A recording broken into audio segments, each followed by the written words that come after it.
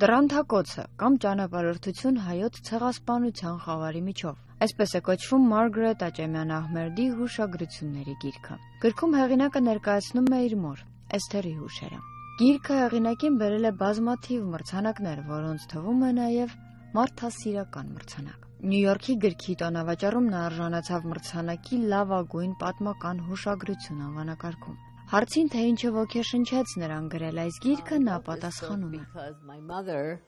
told me the stories about her life as I was growing up. A little girl,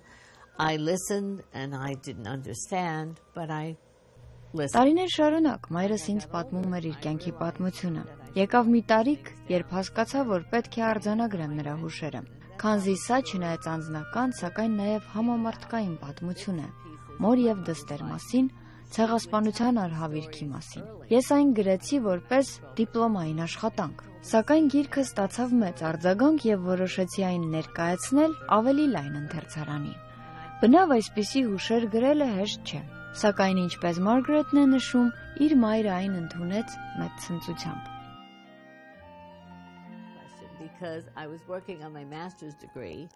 and I finished the manuscript in her voice. And I took it to her and I had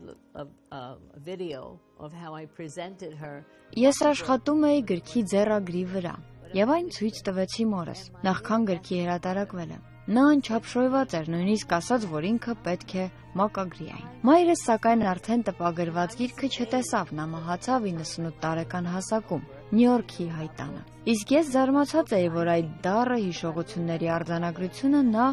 ընդունեց ցնծությամբ եւ առաջարկեց մակագրել այն։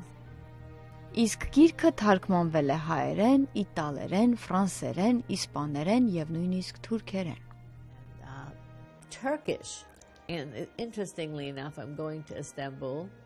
And when they asked would Ստամբուլի այցելությունից առաջ ինձ խնդրեցին, որպեսզի ինձ հետ տանեմ գիրքս։ Ես ասացի, որ գիրքս վաճառվում է իրենց գրախանութներում, նրանք զարմացան։ Մարգարետը արդեն 6 տարի շարունակ ստանում է հրավերներ աշխարհի տարբեր ծայրերից իր գիրքը ներկայացնելու համար։ Նա հանդես է եկել նաև Յեյլում եւ Հարվարդում։ Իր նպատակն է հնարավորինս շատ մարդկանց պատմել 20-րդ դարի մեծ այս արհավիրքի մասին։